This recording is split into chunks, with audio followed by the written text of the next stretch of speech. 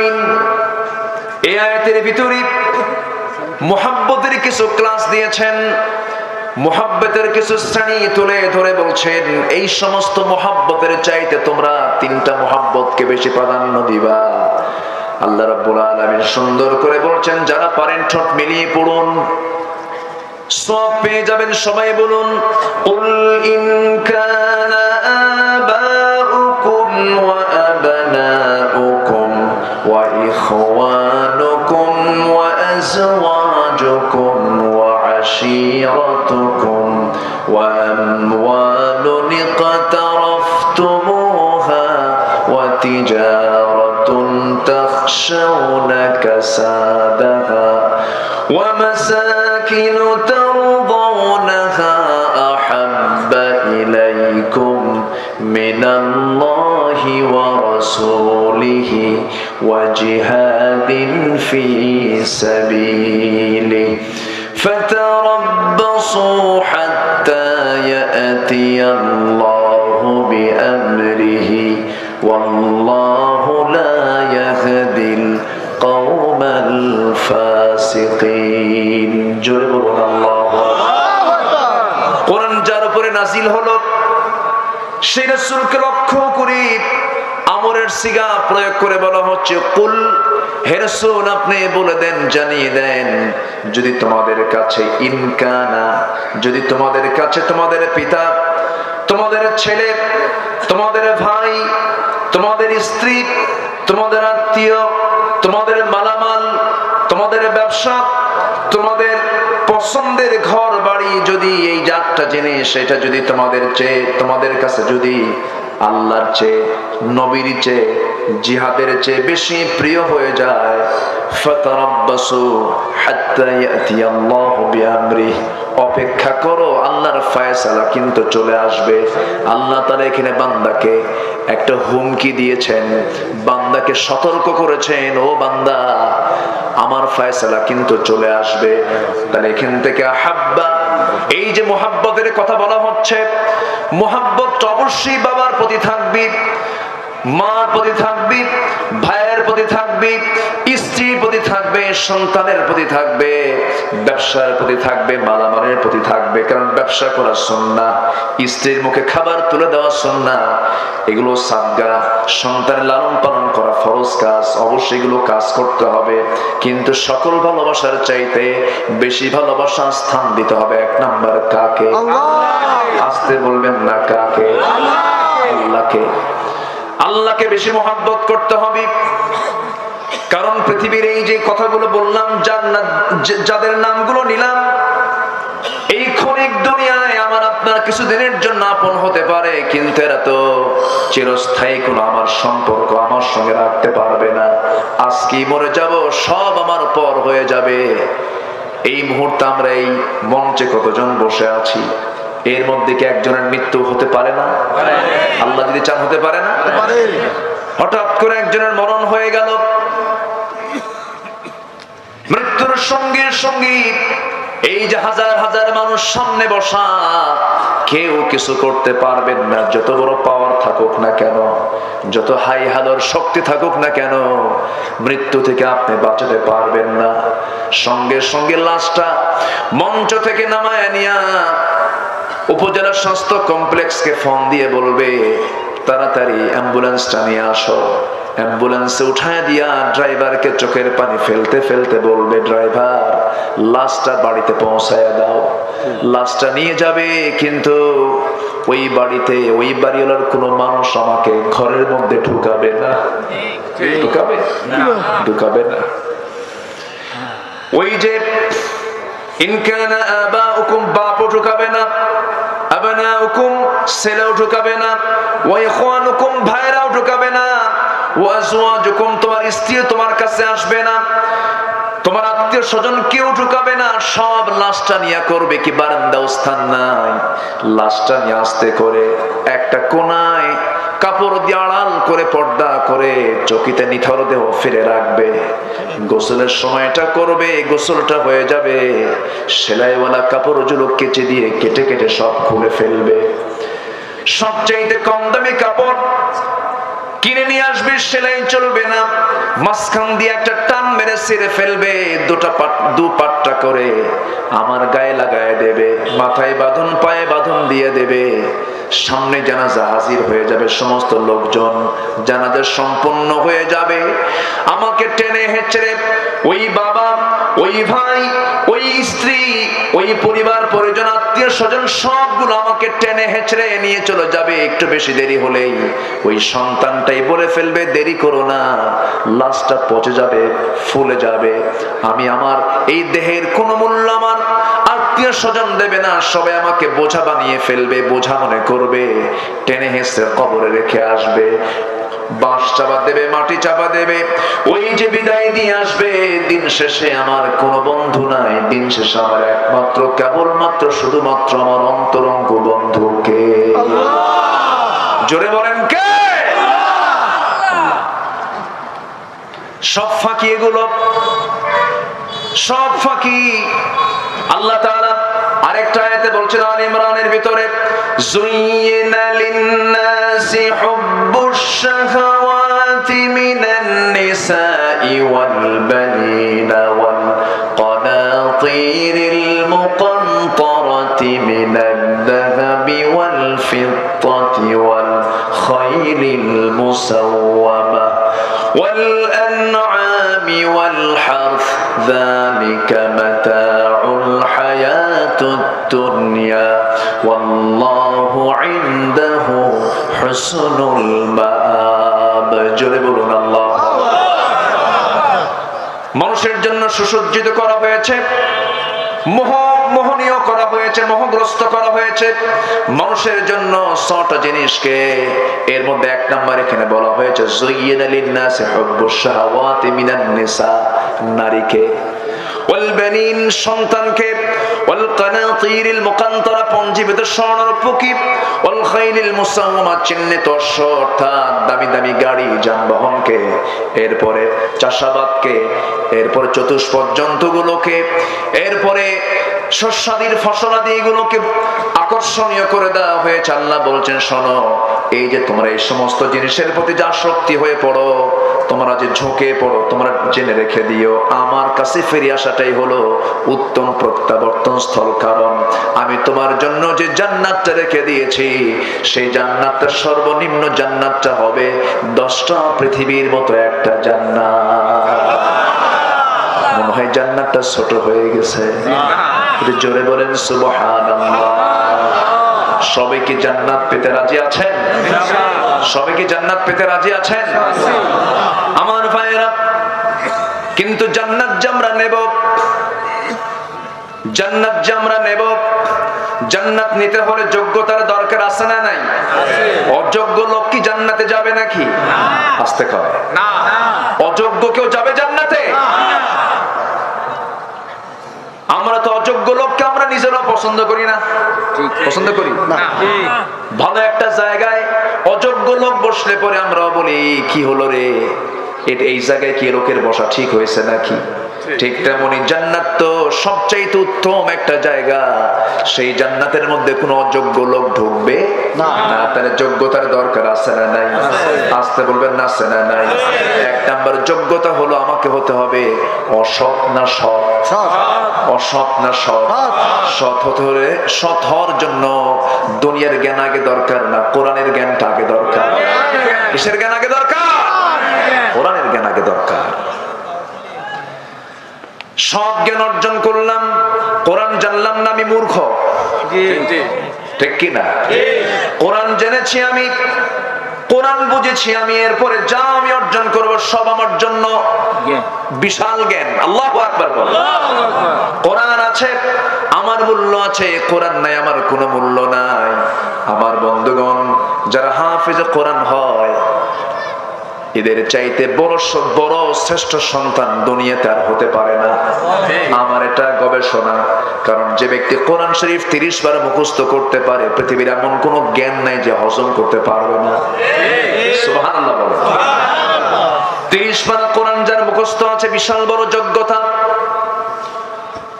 আমার দেশে কিছু কিছু হাফেজ আছে যারা বিশাল সম্মান কুড়িয়ে এনেছে, গোটা দুনিয়ার মধ্যে তারা ফার্স্ট ক্লাস ফার্স্ট হয়ে তারা চলে আসছে। এত বিশাল পুরস্কার নিয়ে আসার পর এবার নতুন করে গভর্নমেন্ট থেকে রাষ্ট্রীয় সম্বর্ধনা দিয়েছে। রাষ্ট্রের সম্বর্ধনা একজন হাফেজকে দিয়েছে, ভালো কথা। কিন্তু এটাকে সহ্য করতে না পেরে নাস্তিক পাড়ার কিছু নাস্তিকরা কয়, কোরআন মুখস্থ করার কোনো যোগ্যতা হলো?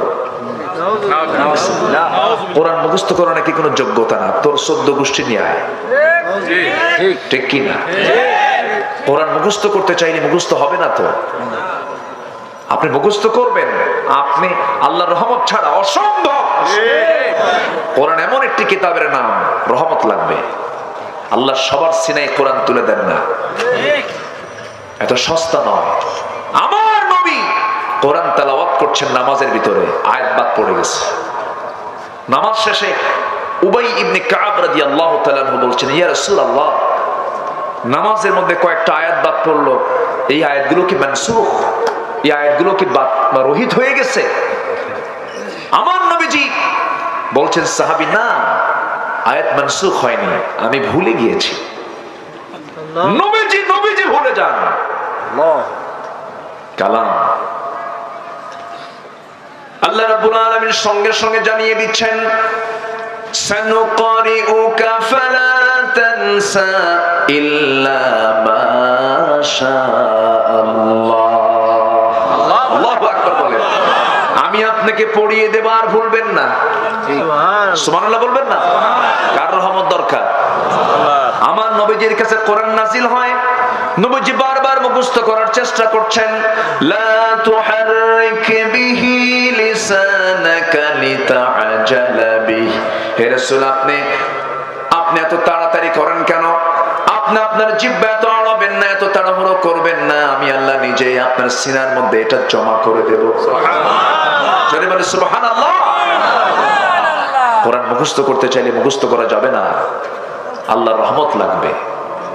কিন্তু কেন যেন আমার দেশের একটা চক্র লেগে আছে, তাদের কাছে ইসলাম, তাদের কাছে কোরআন, তাদের কাছে দ্বীন, তাদের কাছে টুপি, তাদের কাছে দাড়ি, তাদের কাছে আলেম, মনে হয় তাদের জন্য একটা বিষ কাটার মতো। এরকম আছে না নাই? আসতে বলবেন না, আছে না নাই? আছে। এই চক্র আগের থেকেই ছিল। সম্মানিত ভাইয়েরা, আমরা ঘুম থেকে যখন উঠি একটা আওয়াজ শুনি, কি আওয়াজ শুনি বলেন তো? জোরে বলেন, আরো জোরে বলেন।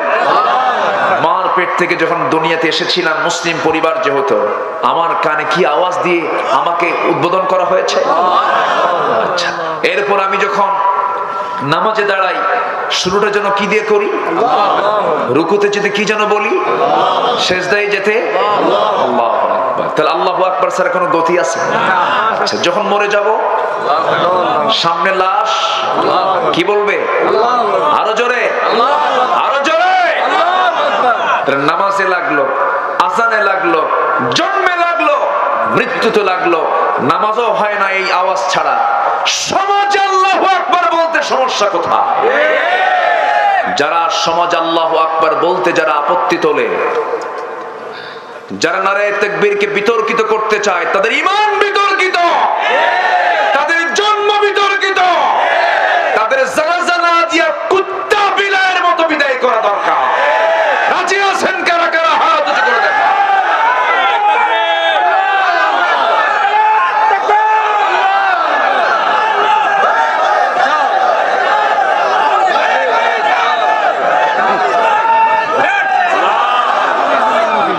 আল্লাহ তুমি সবার হাতকে কবুল করো, জোরে বলি আমিন। আরো জোরে আমিন। কেউ থাকবে না, থাকবেন কে? আল্লাহ। কে থাকবেন? আল্লাহ থেকে যাবেন। ফেরাউন ছোটখাটো নেতা, আসতে কয় ছোটখাটো, কোরআনে ওর নাম আছে, চিন্তা করেন, ছোটখাটো না তো। কোরআনের মতো কিতাবে ওর নাম আছে। নবীর নাম বাদ পড়ছে কিছু কিছু নবীর নাম কিন্তু নাই, কিন্তু ফেরাউনের নাম আছে না নাই? এটা কি সম্মানের সাথে না জিল্লতির সাথে? জিল্লতির সাথে। কিন্তু ফেরাউনের নামও আছে, মুসার নামও আছে। ঠিক ঠিক। কিন্তু মুসার নামে লোক পৃথিবীতে অসংখ্য খুঁজে পাওয়া যায়, আছে না নাই? ইব্রাহিম নামে লোক আছে না নাই? এখানে ইব্রাহিমকে দেখে হাত তোলেন তো, ইব্রাহিম নামে কে আছে? এই যে সামনে দাঁড়ায় আছে, দেখেন আব্বা সামনে। আচ্ছা, হাত নামান। ইব্রাহিম আছে। দেখি নমরুদ নামে কে আছে? দেখি হাত তোলেন তো। পৃথিবীতে নাই মনে হয়, গোটা পৃথিবীতেই নাই। গোটা দুনিয়া খুঁজেও আপনি কি পাবেন একটা নমরুদ নামে লোক খুঁজে বের করতে? গোটা পৃথিবী খুঁজে আপনি কি পাবেন যে ফেরাউন নামে একটা লোক খুঁজে পেতে? অথচ কোরআনে নাম থেকে, তার নাম থাকার পরেও এই নামটা কিন্তু কেউ রাখে না, যদিও সে নিজে ফেরাউন। কিছু আছে ফেরাউন মার্কা, কিন্তু নামটা ফেরাউন রাখে না। সম্মানিত ভাই, কেন? কি জন্য? ফেরাউন ছিল জালিম। এই পৃথিবীতে প্রথম হত্যা রাজনীতি চালু করেছিল ফেরাউন। 40,000 শিশুকে হত্যা করেছিল তার ক্ষমতাকে পাকাপোক্ত করার জন্য। শেষ পর্যন্ত পারে নাই, টিকতে পারে নাই। তার বাড়ির স্ত্রী পর্যন্ত কালিমা পড়ে মুসলমান হয়ে গেছে, পারে নাই। আসিয়া আলাইহিস সালাতু ওয়াস সালাম ইসলাম কবুল করলেন। ফেরাউন বলল, আসিয়া তুমি একটা কাজ করলা, তুমি এই কাজ করলা, তুমি হলে ফার্স্ট লেডি আমার, তুমি হলে আমার ফার্স্ট লেডি। এই রাষ্ট্রে তুমি সেকেন্ড নাগরিক, আমি হলাম ফার্স্ট নাগরিক। তুমি ইসলাম কবুল করা মানে আমার সম্মান থাকে নাকি? আসিয়া বলে, স্বামী সম্মান তো আগে না, জান্নাত আগে। যেরকম সুবহানাল্লাহ, কি আগে? জান্নাতের যোগ্যতার দরকার আছে না নাই? দেখেন যোগ্যতা কেমনে হাসিল করেছেন তিনি। তাহলে জান্নাতের যোগ্যতা নিতে গিয়ে, যোগ্যতা হাসিল করতে গিয়ে ফার্স্ট লেডির পথ চলে গেল। কিসের পথ চলে গেল? ফার্স্ট লেডির পথ চলে গেল। আচ্ছা, চেয়ারম্যানের পাওয়ার বেশি না চেয়ারম্যানের বইয়ের পাওয়ার বেশি?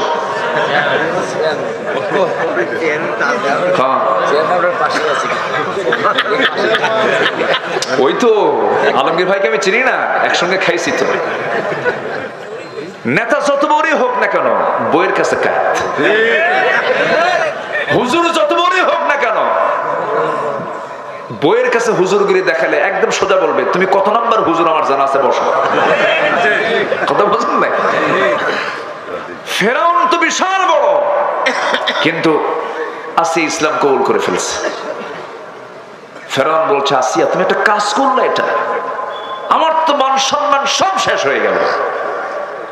আসিয়া বলছে, না, সব ঠিক আছে, আমার যে আল্লাহ আপনারও সেই আল্লাহ, মুসারও সেই আল্লাহ, সেই আল্লাহর প্রতি আপনি ঈমান আনুন।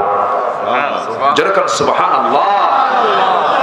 আল্লাহ তাআলা আসিয়ার নামটা কোরআনে এমনি দেন নাই। এই আসিয়ার জীবনে ইসলাম মানতে গিয়ে যতগুলো বাধা আসে, পারিবারিক বাধা, সামাজিক বাধা, রাষ্ট্রীয় বাধা, ধনাঢ্য শ্রেণীর বাধা, তাগুতি শক্তির বাধা, সব বাধা আসিয়া ফেস করেছেন। সব বাধা। একটা মানুষের জীবনে কিন্তু সব বাধা আসে না, কিন্তু এনার সব বাধাই আসছে। কেমন করে দেখেন, জান্নাত লাভের যোগ্যতা হাসিল করেছেন কেমন করে? আসিয়া আলাইহিস সালাতু ওয়াস সালামকে যখন বড় হলো, ফেরাউন বলল, আমি তোমাকে ফার্স্ট লেডির মর্যাদা দিয়েছি, সামাজিক মর্যাদা দিয়েছি, তোমার সোশ্যাল একটা স্ট্যাটাস আছে, এত বড় রাজরানী তুমি আমার স্ত্রী হয়ে তুমি কি কাজটা করলে সব তোমার শেষ হয়ে যাবে। আসিয়া বলছেন, দুনিয়ার সব কিছু আমি বিক্রি করে দিয়ে জান্নাতটা আমি কিনতে চাই। আসিয়া আলাইহিস সালাতু ওয়াস সালাম সঙ্গে সঙ্গে স্বামীকে ডাক দিয়ে বলছেন, স্বামী আমার, আমি আপনাকে সম্মান দিয়ে কথা বলি, আমি কোনোদিন আপনার সামনে উচ্ছৃঙ্খল আচরণ করিনি, শ্রদ্ধা জানি আমি আপনাকে দাওয়াত দিচ্ছি, আপনি ইসলামটা কবুল করে নেন, কারণ আপনি আমার অস্তিত্ব, কারণ আপনি আমার যৌবন, আমি আপনার যৌবন, আপনার কাছে আমার সম্মান, আমার কাছে আপনার সম্মান। আপনি কালিমা পড়লে আমি আরো বেশি খুশি হয়ে যাব, দুজন জান্নাতের মেহমান হয়ে যেতে পারবো। যেরকম সুবহানাল্লাহ। আমার ভাইয়ের এমন করে সুন্দর করে বোঝাচ্ছেন, ফেরাউনের সব বুঝ ঠিক আছে, কারণ ফেরাউন জানতো মুসা সত্য, মুসার আল্লাহ সত্য, কিন্তু ফেরাউনের একটাই অসুবিধা, সিয়ার চলে যাবে। কি কথা কি বুঝতেছেন? চেয়ার মাগার ছাড়া যাবে না।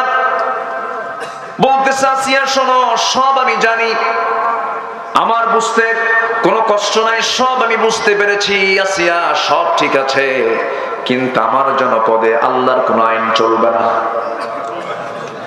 মুসার ধর্ম এই জায়গায় চলবে না, মুসা রবের দিন চলবে না, সব আমার দিন চলবে, আমার আইন চলবে এই জায়গায়।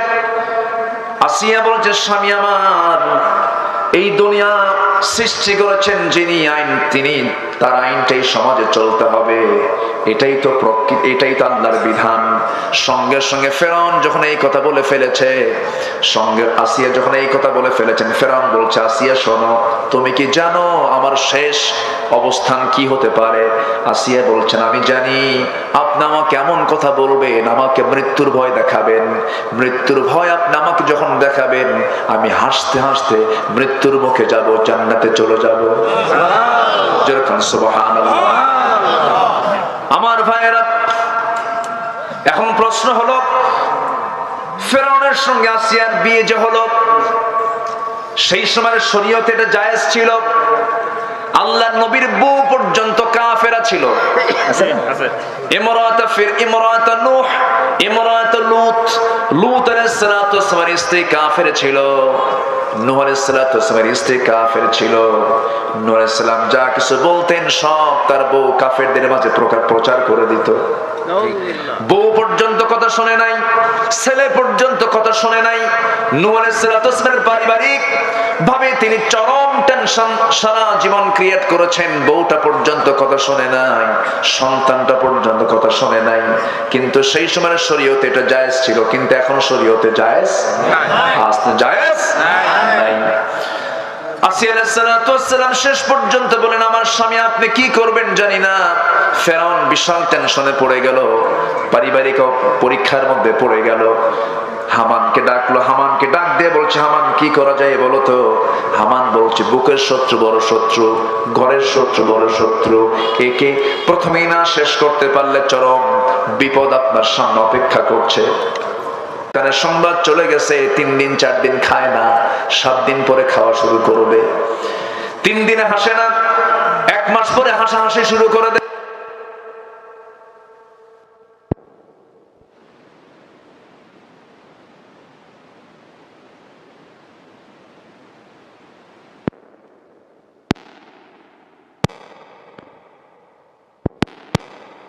এর বাবা বলবে মা এমন করে তোমাকে ঘরে রাখতে পারবো না, আমরা বিয়ে দিয়ে দেব, বিয়েটাও দিয়ে দেবে। বিয়ে দিয়ে দিল, নতুন স্বামী পরের দিনে ওই বউটা তোমার তার আব্বা আম্মাকে ফোন করে বলবে আব্বা তোমরা যে সিদ্ধান্ত নিয়েছো সঠিক সিদ্ধান্ত নিয়েছো, আগের স্বামীর চাইতে এই স্বামী আরো ভালো। এটাই দুনিয়া, এটাই দুনিয়া। আপনি চলে যাবেন, আপনার স্থান আরেকজন কাভার করে ফেলবে।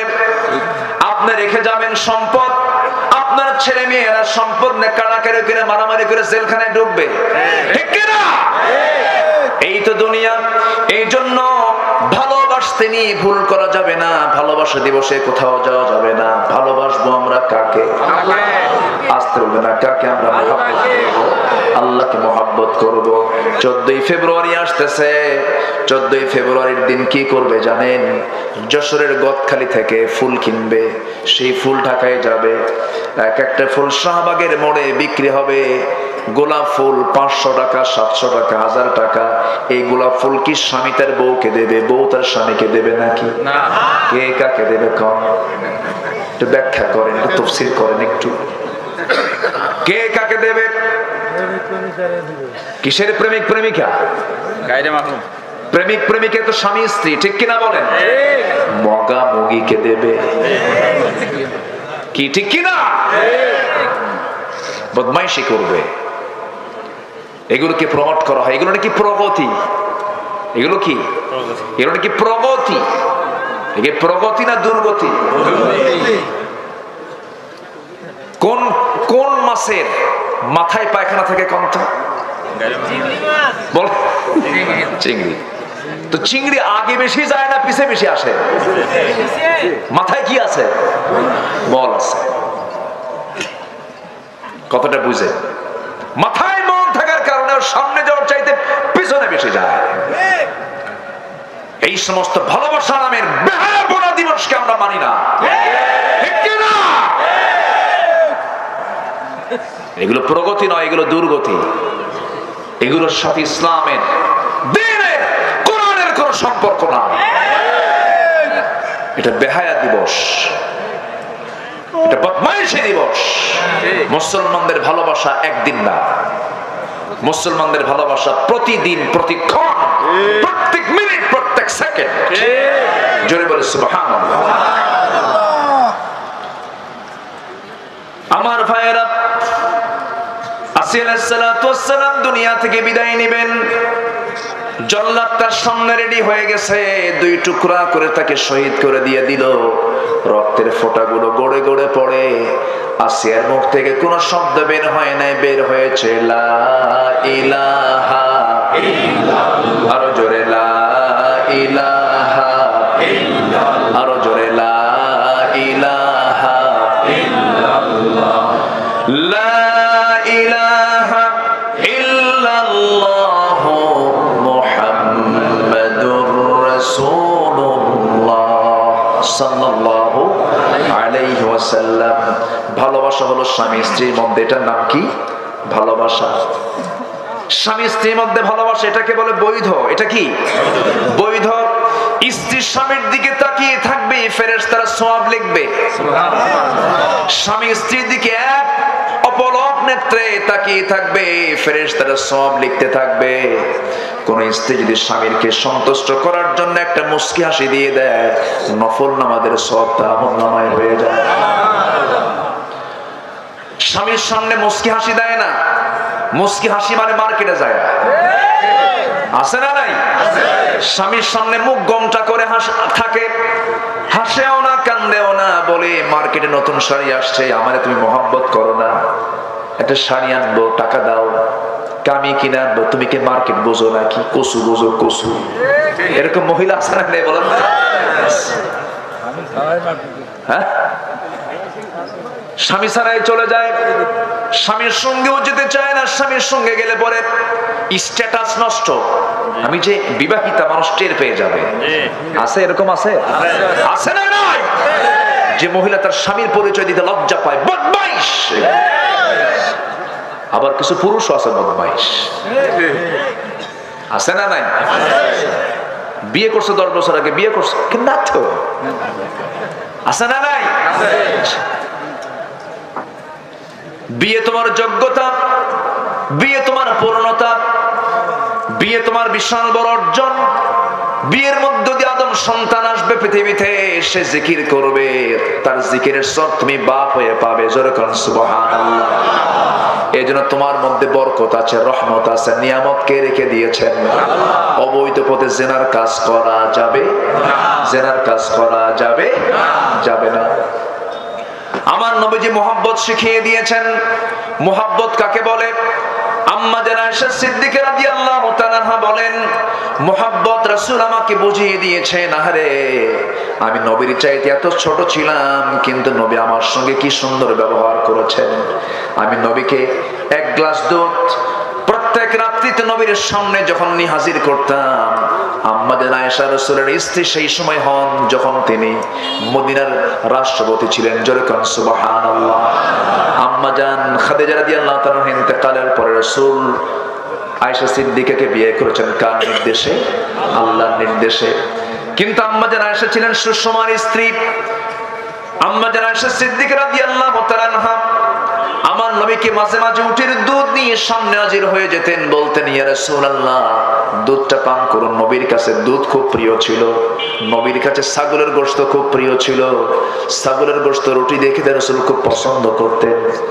কিন্তু যখন পেতেন তখন খেতেন, যখন পাইতেন না তখন খাইতেন না। না খাও, নবীর জীবনে বহু রেকর্ড আছে। আম্মা জান আয়েশা বলেন, ঘরের মধ্যে কিছু নাই, আমার নবীজি রাতের অন্ধকারে যখন গভীর রাত্রিতে আসতেন, দরজায় আমাকে কড়া নাড়তেন না, নক করতেন না, আমার ঘুম নষ্ট যেন না হয়।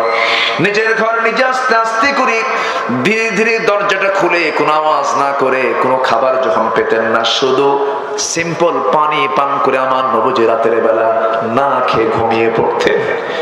মাসের পরে মাস চলে যেত, নবীর চুলায়, নবীর ঘরের চুলায় কোনো আগুন জ্বলতো না, রান্না বান্না হতো না। সাহাবীদের জীবনটা এমনই ছিল।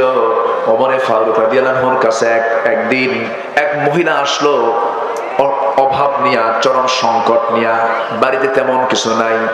ওমরে ফারুকের বাড়ির মধ্যে ঢুকি কোনো প্রশ্ন না করে, কোনো কিছু না চায়া আস্তে করে ঘর থেকে বের হয়ে যাচ্ছে। সঙ্গে সঙ্গে ওমরে ফারুক প্রশ্ন করলেন, ও মহিলা, তুমি আমার ঘরের মধ্যে ঢুকলে কেন? ঢুকলে কি জন্য আসলে? কোন সমস্যা নাকি? সঙ্গে সঙ্গে মহিলা জবাব দিচ্ছে, আমার যতটুকু অভাব, ঘরের মধ্যে ঢুকে আমার কাছে মনে হলো আমার বাড়ির চাইতে এই বাড়িতে অভাবটা আরো বেশি। আল্লাহু আকবার বলবেন না? সাইয়েদনা আলী রাদিয়াল্লাহু তাআলা আনহু ঠান্ডার মধ্যে থরথর করে কাঁপতেছেন, রাষ্ট্রপ্রধান ঠান্ডার মধ্যে থরথর করে কাঁপতেছেন। মেলাগুলো কম্বল, রাষ্ট্রের কম্বল সেখানে জমা আছে, একটা কম্বল গায়ে দিলেই তো তার ঠান্ডাটা দূর হয়ে যায়, কম্বলটা হাতে নিচ্ছেন না, থরথর করে কাঁপতেছেন। বলা হলো, আমিরুল মুমিনিন, কম্বল থাকতে আপনি কাঁপতেছেন, কম্বল নেন না কেন? সাইয়েদনা আলী বলছেন, কম্বলটা তো এখনো ভাগাভাগি হয় নাই, কোন কম্বল আমার গায়ে নেব, সেই কম্বল যদি আমার ভাগে না আসে। সুবহানাল্লাহ বলবেন না?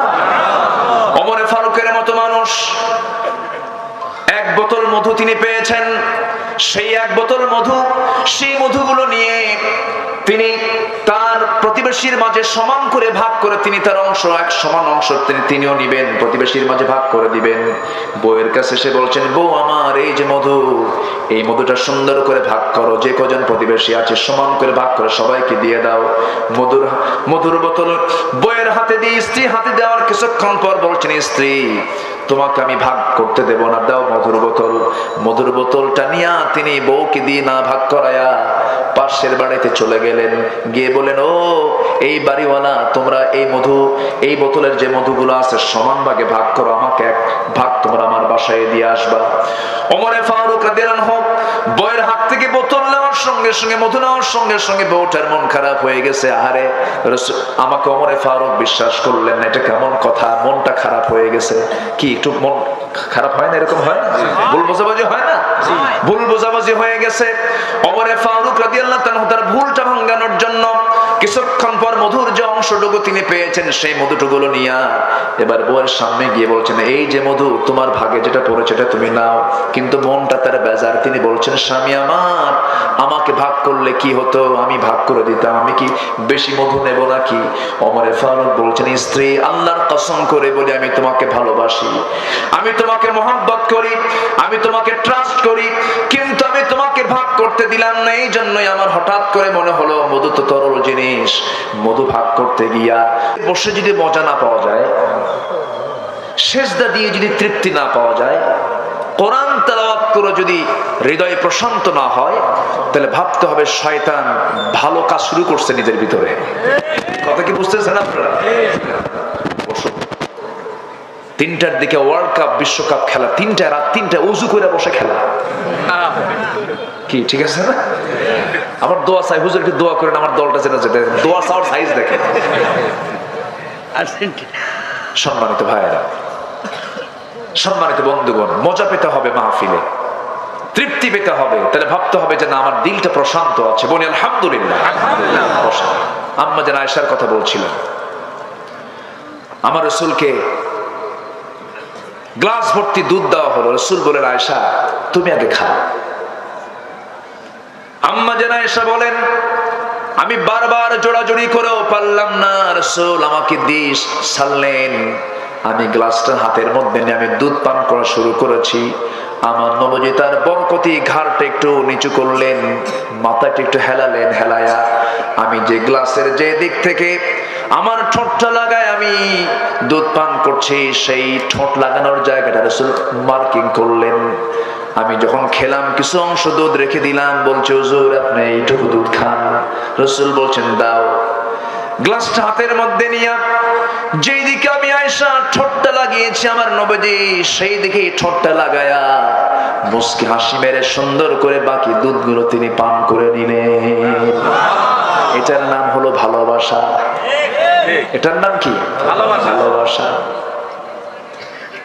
যত ভালোবাসা স্ত্রীর সাথে হবে, যত মোহাব্বত স্ত্রীর সাথে হবে, আমার নবী উহুদের ময়দানে, যুদ্ধের ময়দানে রাসূল যুদ্ধের কর্মকাণ্ড নিয়ে ব্যস্ত। এমন যুদ্ধের ময়দানে রাত যখন গভীর হয়ে গেছে, যুদ্ধ থেমে গেছে, অন্ধকার রাত, রাসূল বলছেন আয়েশা রে চলো আজকে একটু দৌড়ের পাল্লা দিয়ে কে ফার্স্ট হয় দেখি, চল আয়েশা। সুবহানাল্লাহ বলবেন না? এটার নাম ভালোবাসা। এটার নাম কি বলেন? ভালোবাসা। আম্মা জান আয়েশা সেই সময় তিনি চিকন ছিলেন, লিকলিকে ছিলেন, খুব চটপটে মহিলা ছিলেন, চালু মহিলা ছিলেন, খুব মেধাবী মহিলা ছিলেন। সব দিন ধরে আমার নবীজি হাদিস বর্ণনা করেন, সব সাহাবীকে বলেন সাহাবীরা আমি কি কি কথা বলেছি তোমরা বলো। কেউ 100% বলতে পারে নাই। রাসূল বলেন আয়েশা কি কি বলেছি বলো। 7 দিনের সমস্ত কথা পাই টু পাই সব বলেছেন, একটাও বাদ যায় না। ভালোবাসা। আম্মা জান আয়েশা সিদ্দিক রাদিয়াল্লাহু তাআলা আনহা হাদিসটা বর্ণনা করেন, আমি নবীর সঙ্গে উহুদের ময়দানে রাত্রিবেলা গভীর রাত সবাই ঘুমিয়ে পড়েছে, অন্ধকার রাতে নবীর সঙ্গে আমি দৌড় মারা শুরু করলাম। নবীজি দৌড় মারতে নিয়ে একটু ঢিল কাটলেন, আমি ফাস্ট হয়ে গেলাম। ফাস্ট হলাম এবং বললাম হুজুর আপনি আমার সঙ্গে পারলেন না। রাসূল একটু মুস্কি মুস্কি হাসি মারলেন। রাসূল কি পারলেন না? হেরে গেলেন। কি বলেন? কি হেরে দিলেন না হেরে গেলেন? হেরে গেলেন ইচ্ছা করে। নবীর সঙ্গে কেউ পারবে নাকি? না। নবী তো জান্নাতে 100 পুরুষের চেয়েও শক্তিশালী ছিলেন, কিন্তু হেরে গিয়ে তাকে খুশি করলেন। অনেকদিন পর ওই মদিনাতে একদিন রাসূল বলছেন আয়েশা রে সেই রাতে খুব মাস্তানি কইরা তুমি তো ফার্স্ট হয়েছো, দেখি আজকে দৌড় মারি কে পারে। আবার দৌড়ের কম্পিটিশন শুরু করলেন। এক দৌড়ে রাসূল আয়েশাকে হারিয়ে দিয়ে বলছেন আয়েশা ওই যে হারাইছিল আজকে জিতায় দিয়ে তোমার হারায় দিলাম। সুবহানাল্লাহ। এটার নাম কি? ভালোবাসা। এটার নাম কি? ভালোবাসা।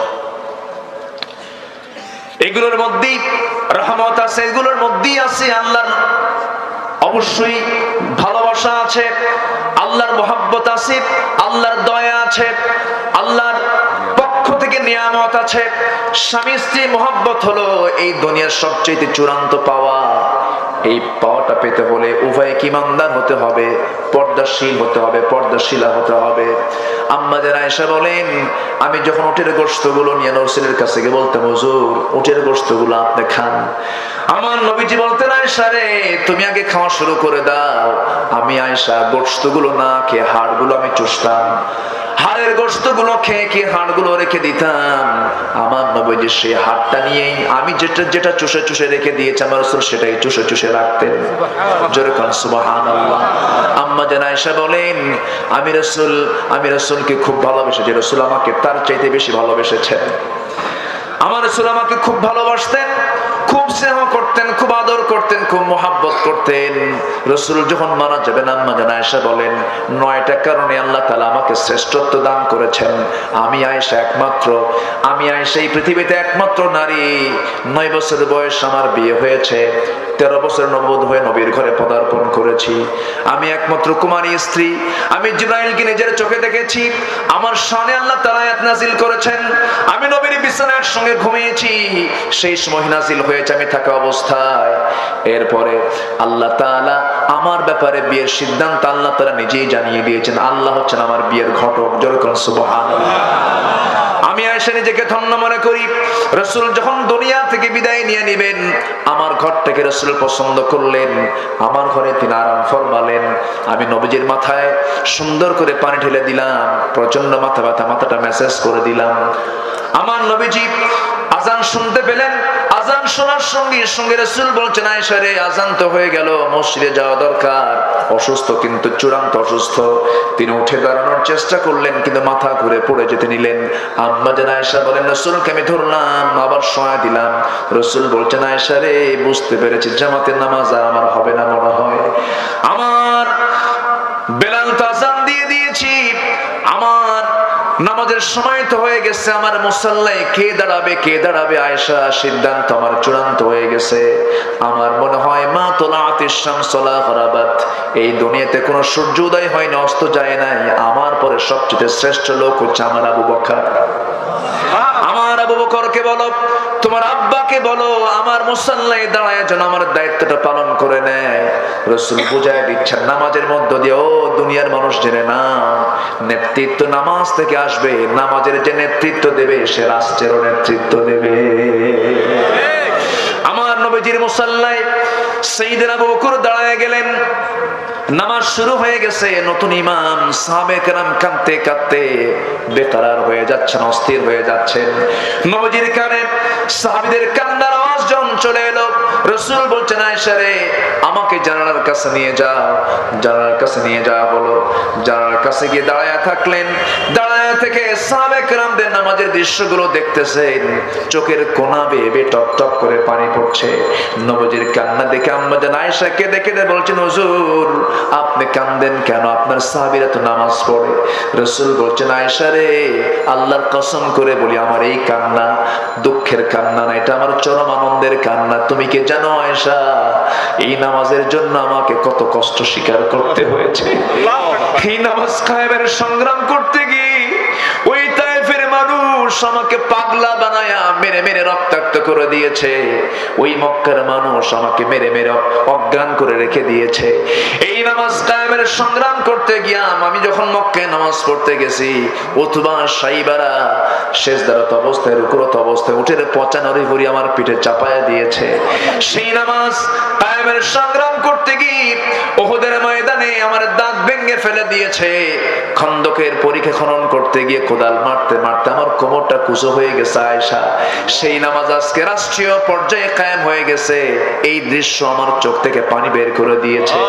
ওরে আয়েশা, ওরে আয়েশা, আমাকে সহায় দাও, মনে হয় আমি বাঁচবো না। আম্মা জান আয়েশা বলেন, আমি আমার উরুতে মাথা রেখে রাসূলকে সহায় দিলাম। আমি নিজেকে ধন্য মনে করি, রাসূল তার জীবনের শেষ নিঃশ্বাস ত্যাগ করেছেন আমার উরুতে, আমার চোখের সামনে। আমি নিজেকে ধন্য মনে করি। রাসূল যখন দুনিয়া থেকে বিদায় নেবেন বললেন একটা মিসওয়াক এনে দাও। মিসওয়াক টেনে দিলাম। মিসওয়াকটার আগাটা শক্ত। আগা শক্ত দেখে আমি আয়েশা, আমার বয়স তখন 18 বছর, আমি চাবায়া চাবায়া নরম করে দিচ্ছিলাম। চাবায়া চাবায়া নরম করে দিয়া মিসওয়াকটা আমার নবীর হাতে যখন দিয়ে দিলাম, নবী যে মিসওয়াক শুরু না করে মিসওয়াকের আগে থেকে লেগে থাকা আমার মুখের লালা থুতুটা রাসূল চুষে চুষে পান করে বলছেন, আয়েশা রে, শেষ জীবন আমি তোমাকে একটু খুশি করার চেষ্টা করলাম। আম্মা জান আয়েশা বলেন, আমি নিজেকে ধন্য মনে করি, আমার নবী যে তার জীবনের শেষ খাবার খেয়েছেন, আমি আয়েশা আমার মুখের লালা।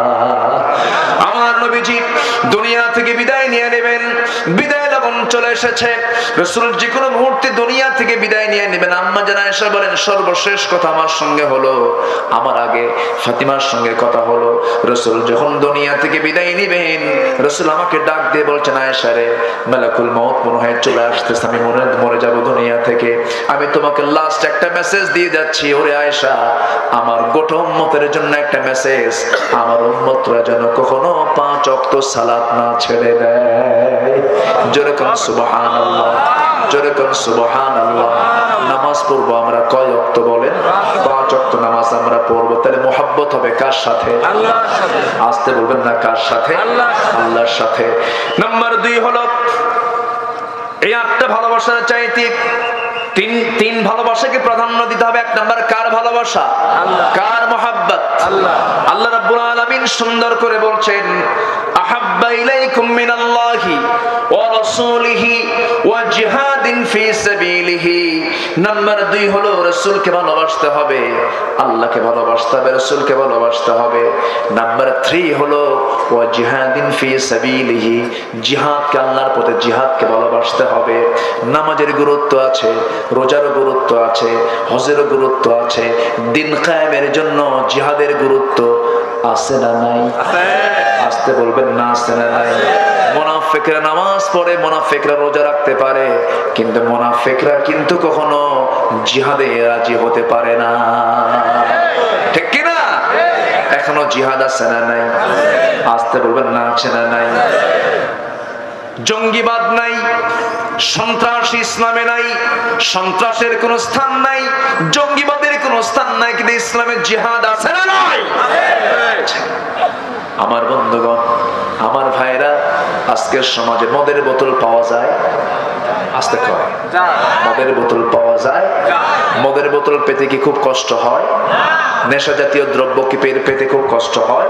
কষ্ট হয় না, খুব অ্যাভেলেবেল, লাইসেন্সওয়ালা। এই যে পাশেই চুয়াডাঙ্গার দিকে একটা মদের ফ্যাক্টরিও আছে, এবছর 700 কোটি টাকা লাভ হয়েছে, আলহামদুলিল্লাহ। কি করেন বলেন আমার ভাইয়েরা?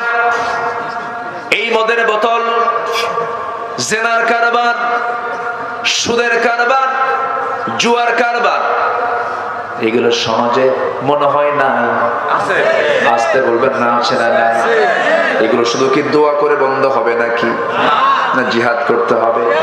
জিহাদ মানে কি বলেন? চেষ্টা করা। জিহাদ মানে কি?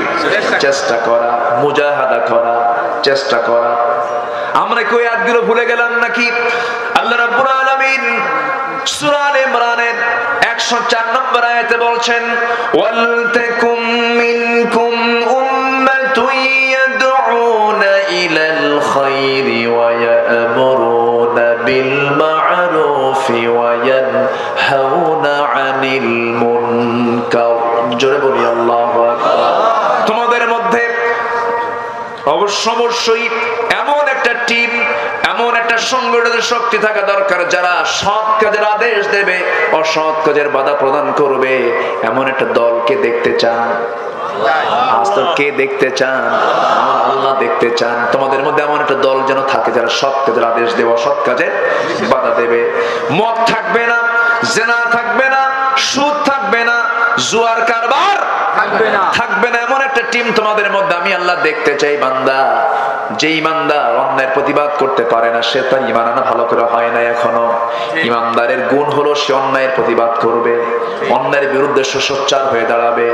এর প্রমাণ হলো আরেকটা আয়াতে আল্লাহ রাব্বুল আলামিন বলেছেন, কুনতুম খায়রা উম্মাতিন উখরিজাত লিন-নাসি তা'মুরুনা বিল মা'রুফ ওয়া তানহাউনা আনিল মুনকারি ওয়া তু'মিনুনা বিল্লাহ। এখানে ঈমান আনতে পরে বলা হয়েছে, আগে সৎ কাজের আদেশ দাও, অসৎ কাজের বাধা দাও, এরপরে ঈমান আনো কার উপরে? আল্লাহর উপরে। সৎ কাজের আদেশ, অসৎ কাজের বাধা, এটা সবার দ্বারা সবাই করতে পারে না। মুনাফিকরা কিছুতেই পারে না, মুনাফিকরা কিছুতেই পারে না। এই কাজ করতে গেলে জিহাদের প্রসঙ্গ চলে আসে। জিহাদের হুকুম দিয়েছেন কে? আসতে বলবেন না, কে দিয়েছেন? আল্লাহ দিয়ে দিয়েছেন। জিহাদের গুরুত্ব কতটুকু, এই কথা বলে আমি শেষের দিকে আস্তে আস্তে চলে যাব। আমার ভাইয়েরা, আমার নবীজি মদিনার জিন্দেগিতে, মদিনায় থেকে 10 বছরে 86টা যুদ্ধ পরিচালনা করেছেন। কয়টা বলেন? 86টা। এবং নিজের সম্মুখ যুদ্ধের নেতৃত্ব দিয়েছেন 27টা। কয়টা বলেন? 27টা যুদ্ধের নেতৃত্ব রাসূল নিজে দিয়েছেন। আল্লাহু আকবার বলেন। নিজে দিয়েছেন। তরবারি হাতে নিয়েছেন, বল্লম হাতে নিয়েছেন, লৌহ বর্ম পরেছেন, মাথায় হেলমেট পরেছেন, ঘোড়ার পিঠে চড়েছেন। এরপরে পানির মশক হাতে নিয়েছেন, তরবারি ঝান্ডা হাতে নিয়ে, এরপরে বর্ষা হাতে নিয়ে, এরপরে ঢাল হাতে নিয়ে যুদ্ধের ময়দানে তিনি ঝাঁপিয়ে পড়েছেন। আমার নবীজি এমন একটা যুদ্ধের ময়দানে রওনা দিবেন, 30,000 সৈন্য নিয়েছেন। কত হাজার বলেন? 30,000 সৈন্য নিয়ে তিনি তাবুকের প্রান্তরে গেছেন। যুদ্ধ হলো না, সেই সময়ের পরাশক্তি রোমানদের বিরুদ্ধে যুদ্ধ হবে। বিনা যুদ্ধে রাসূল ব্যাক করলেন, মদিনায় চলে এলেন। মদিনার মসজিদে বসে থাকা অবস্থায় একজন সাহাবী ভয়ে ভয়ে নবীর সামনে এসে 2টা হাঁটু গেড়ে দিয়ে আস্তে করে বলছেন, হুজুর আপনার কাছে মাফ চাইতে আসছে। কি করছো বলো, কি হয়েছে বলো। হুজুর জিহাদে যাই নাই, তাবুকে যাই নাই। কেন? কেন যাও নাই তুমি হুজুর? কোনো কারণ ছিল না, কোনো ওজর ছিল না, গাফলতি করেছি। ও মাসাকিন তারদাউনাহা, বাড়িটার প্রতি একটু বেশি টান এসেছিল, পরিবারের প্রতি বেশি টান এসেছিল, একটু গাফলতি করি, হেয়ালিপনা করে আমি যাই নাই, অবহেলা করে আমি যাই নাই।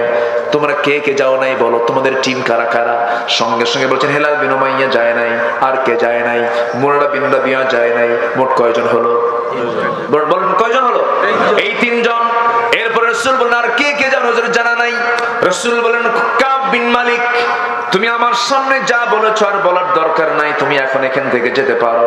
রাসূল তাকে যাওয়ার জন্য বলার পরপরই রাসূল মদিনার মসজিদে ফরমান জারি করে দিলেন, জরুরি কথা জানিয়ে দিলেন, ও মদিনার মুসলমান, আজকের থেকে হেলাল বিন উমাইয়া, কাব বিন মালিক, মুরারা বিন রাবিআ, এই তিনজন ব্যক্তি যারা জিহাদের যেতে অবহেলা করেছে, এই তিনজনের সঙ্গে বয়কট করা হলো।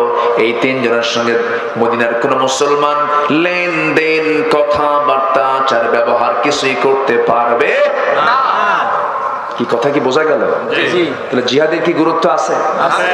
আছে, আছে, গুরুত্ব আছে। কি করব? হ্যাঁ বলবো, জোরে বলি ইনশাআল্লাহ।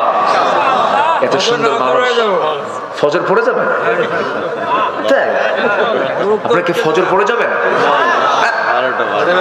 কি জানাজা সহ এতক্ষণ কথা বলা যাবে? খুব সুন্দর। জি বলি আলহামদুলিল্লাহ। আমি খুবই খুশি হয়েছি আপনাদের অংশগ্রহণ, আপনাদের এত সুন্দর রিসিভ। বসে থেকে শোনাও কিন্তু এত দীর্ঘ সময় বিশাল ধৈর্যের ব্যাপার। আলহামদুলিল্লাহ বলেন। একটু বসুন, আমি বেশি সময় নেব না, আমার দিকে তাকান। তাহলে এই তিন সাহাবী, তাদের কি নামাজের কোনো অভাব ছিল? আসতে বলে না। আচ্ছা, নবীর প্রতি মুহাব্বতের কোনো অভাব ছিল না? জিকির আজকারের কোনো অভাব ছিল না? সব ঠিক ছিল। শুধু জিহাদে যেতে এটা গড়িমসি করেছেন, যান নাই। 30,000 সৈন্যের মাঝে তিনজন যায় নাই, এতে কি বড় ধরনের কোনো ক্ষতি হতো? না। 30,000 সৈন্যের মাঝে যদি তিনজন না যায়, এটা তো না ধরলেও হতো। রাসূল ধরে ফেললেন, না, কোনো মাফ হবে না, তোমাদের সঙ্গে কোনো কথাই নাই, যাও। কাব বিন মালিকের কাছে যেন আসমান ভেঙে পড়লো। কাব বিন মালিক গিয়ে সোজা দরজার সামনে, বাড়ির দরজার সামনে গিয়ে বলছেন, বউ দরজা খুলো। বউ ভিতর থেকে বলে, দরজা খুলবো, শর্ত হলো এই দিক দিয়ে খুলবো, পিছনের দরজা দিয়ে চলে যাব, কারণ যে ব্যক্তিকে রাসূল বয়কট করেছে আমিও তাকে বয়কট করলাম। সব মহব্বত হবে কার জন্য? আমার দেশে এমনও পরিবার আছে, এক বাপ মা, একই পরিবারের, একই মায়ের 4 সন্তান, 4 জন 4 দল করে। আছে না? যে দল ক্ষমতায় আসে সেই ভাই বলে, ভাই তোমরা চিন্তা করো না, আমি 5 বছর দেখতেছি, তোমরা যখন ক্ষমতা আসবা আমারে দেখবা। দেখছেন? এরকম সুবিধাবাদী ইসমের ভাষা, এদের পরিচয় হলো মুনাফিক। এদের পরিচয় কি? মুনাফিক। কাব বিন মালিক বইয়ের কাছেও কোনো স্থান পেলেন না। যে লোকের স্থান রাসূলের কাছে নাই, তার কোনো স্থান তো কোথাও আছে? আছে কোথাও? সামনে সন্তান 2টা দাঁড়ানো, 10 বছর 12 বছর, ছোট্ট 2টা বাচ্চার সামনে খেলতেছে। সন্তান দুটোকে সুন্দর করে ডাক দিয়ে বলছেন, বাজান এদিকে আসো। সন্তান 2টাও কত সচেতন, বলছে, না যাব না। কেন? রাসূল তোমাকে বয়কট করছে, আমরা কথা বলবো না। কাব বিন মালিকের কাছে যেন আকাশ ভেঙে পড়লো, সেজদায় পড়ে পড়ে কান্দে। পরিবারও কথা বলে না, সন্তানরাও কথা বলে না, রাসূলও কথা বলে না, সাহাবীরাও কথা বলে না। হেলাল বিন উমাইয়ার বয়স 70 বছর, বুড়া মানুষ, নবীর চাইতে বয়সে বড়, অসুস্থ মানুষ। কিন্তু কেন তিনি গেলেন না? রাসূলকে কেন বললেন না? রাসূল তাকে বয়কট করে ফেললেন। হেলাল বিন উমাইয়া করলেন কি? ঘরের মধ্যে থাকা একটা দড়ি হাতের মধ্যে নিলেন, দড়িগুলো হাতের মধ্যে নিয়ে মদিনার মসজিদের সামনে যায়া খুঁটিতে দড়িটা বাঁধলেন, 2টা হাত নিজের স্বেচ্ছায় বেঁধে ফেললেন। স্বেচ্ছায় হাত 2টা বেঁধে ওই যে মক্কার মদিনার মসজিদের সামনে নিজেকে আসামি বানায়া সেই জায়গায় বন্দী করে রাখলেন, যতক্ষণ না পর্যন্ত আল্লাহ না মাফ করবেন। তার সিদ্ধান্ত হলো, এই জায়গায় দড়িবাঁধা অবস্থায় মরে যাব, তবু এই জায়গা আমি ছাড়বো না। হেলাল বিন উমাইয়া কান্দে, সাহাবীরা সামনে দিয়ে যায়, সালাম দেন, কেউ সালামের জবাব নেয় না। রাসূল মুখটা ফিরায় নেন, কেউ কথা বলে না। সবই ছিল, সব ঠিক আছে, শুধু একটার অভাব ছিল। কিসের অভাব? জিহাদের অভাব। আমার নবীজি এই তিনজনকে বয়কট করলেন। হেলাল বিন উমাইয়া কান্দে, মুরারা বিন রাবিয়া কান্দে। 40টা দিন পার হয়ে গেল, আল্লাহর পক্ষ থেকে তাদের তওবা কবুল হয়ে গেল। নবীর কাছে আয়াত নাযিল হলো, আলা সালাসাতিল্লাযিনা খুল্লিফু। হে রাসূল, ওই তিনজন যারা পিছনে পড়েছিল তাদের সেই তওবা আল্লাহ রাব্বুল আলামিন কবুল করে নিয়েছেন। নবীর আনন্দ দেখেন কে? নবীর আনন্দ সেই সময় চূড়ান্ত আকারে প্রকাশ পেয়ে গেল, কারণ নবীর তো সাহাবী, আল্লাহ তাদেরকে মাফ করে দিয়েছেন। রাসূল চরম আনন্দ প্রকাশ করে বলছে, ওমর রে, আমি মাফ করি নাই, কিন্তু আমার কাব বিন মালিককে আকাশের মালিক আল্লাহ মাফ করে দিয়েছে। জোরে বলেন সুবহানাল্লাহ। কিন্তু মাঝখান থেকে উম্মতে মুহাম্মাদের জন্য শিক্ষা আছে না নাই? আসতে বলবেন না, আছে না নাই? সেই শিক্ষাটা হলো সকল কিছুর চাইতে আল্লাহ, রাসূল এবং জিহাদকে বেশি মহব্বত করতে হবে। কার কথা? আসতে বলবেন না, কার কথা? আজকের মাহফিল আমি দেখছি বুড়া মানুষের চাইতে যুবকরা আজকের মাহফিলে বেশি। আলহামদুলিল্লাহ বলেন, জোরে বলেন আলহামদুলিল্লাহ। যুবকরা যারা মাহফিল আসছে তাদেরকে আমি ধন্যবাদ দিচ্ছি। যুবকদের জন্য আমি 3টা মেসেজ দিয়ে যাব। নাম্বার 1 মেসেজ শুনবা, যুবকরা শুনবা তোমরা? যুবকদের জন্য 1 নম্বর মেসেজ হলো, তাড়াতাড়ি বিয়ে করো। দেখেন হাসেও না, কিছুই কয় না, মানে বেজার টেজার হইল। এই 3টা কাজ করলে কি হবে জানো? এই 3টা কাজ করলে তোমার যে রিজিক নির্দিষ্ট ছিল তার চাইতে রিজিক ডাবল হয়ে যাবে। আমি বলে গেলাম, নাম্বার 1 বিয়ে শাদী করে নেওয়া। সেদিন আবার প্রশ্ন করছে, কালকে এক মাহফিলে প্রশ্ন করছে, হুজুর বিয়ে করার জন্য যদি মেসেঞ্জার অথবা ইমোতে যদি বিয়ে শাদী হয় জায়েজ আছে কি? কি শুনতেছেন কথাগুলো? দেখেন কথার প্রশ্নের সাইজ দেখেন। তো তুমি মেসেঞ্জারে বিয়ে করবা, তাহলে বউ যদি আরেক জায়গায় থাকে, তুমি যদি আরেক জায়গায় থাকো, সন্তান হবে কোন দিন? সেই বিয়ে হয়ে লাভটা কি? সম্মানিত ভাইয়েরা, যুবকরা, রাসূল বিয়ে করেছেন তার স্ট্যান্ডার্ড এজ, তিনি বিয়ে করে দেখিয়েছেন। তিনি বিয়ে করেছেন বাপও নাই, মাও নাই, টাকাও নাই, পয়সাও নাই। কত বছরে? 25 বছর। 25 বছর। আর আজকের যুবকরা বিয়ে করতে, তারা কিছু কিছু যুবক আছে বিয়ে করার সময়ই পায় না, ঠিক এত ব্যস্ত। 42 বছর বয়স বিয়ে করে, 50 বিয়ে করে। 50-এ বিয়ে করলে কি ওর দাঁত ঠিক আছে? হ্যাঁ, দাঁত কি ঠিক আছে? চোখও ঠিক নাই, দাঁতও ঠিক নাই। বাচ্চা কেন হয়েছে বুড়া বয়সে, বাচ্চা নিয়ে যখন রাস্তায় হাঁটে তখন তো লোক বলবে, এই ছেলে এটা তোমার দাদা না? না, লাভ কি? এগুলো করা যাবে না। মেয়ে প্রাপ্তবয়স্ক হয়ে গেছে, বিয়ে দিয়ে দিবেন। অনেক বাপ মার দোষ আছে, ছেলেকে বিয়ে দিতে চায় না। ছেলে যদি বলে, বাবা বিয়ে শাদী করা দরকার, নামাজ কালাম পড়ি, ফিতনার যুগ, বিয়ে কর, বাপ এমন ধমক মারে, কিসের বিয়ে রে তোর?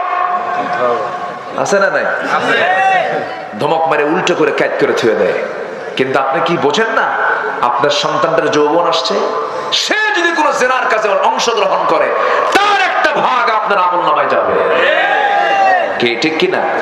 এজন্য খেয়াল করতে হবে, বিয়ে শাদীর ব্যবস্থাও করে দিতে হবে। ওয়ানকিহুল আয়ামা, তোমরা বিয়ে করো স্বামীহীন নারীকে, যার স্বামী নাই এমন নারীকে বিয়ে করো। যুবকরা কি করে জানেন? যার স্বামী আছে ওখানে যাই প্যাঁচ লাগায়। আসতে কম কেন? কি আছে না? পরকীয়ার পরিমাণ কমছে না বাড়ছে? কমছে না বাড়ছে? বাড়ছে। নোংরামি। এই মোবাইল শেষ করে দিল। মোবাইল যে কত সংসার ভাঙছে, ঠিক এটা যে কত বড় আসামি। এই মোবাইল বহু সংসার ভাঙে নাই? ভাঙে নাই?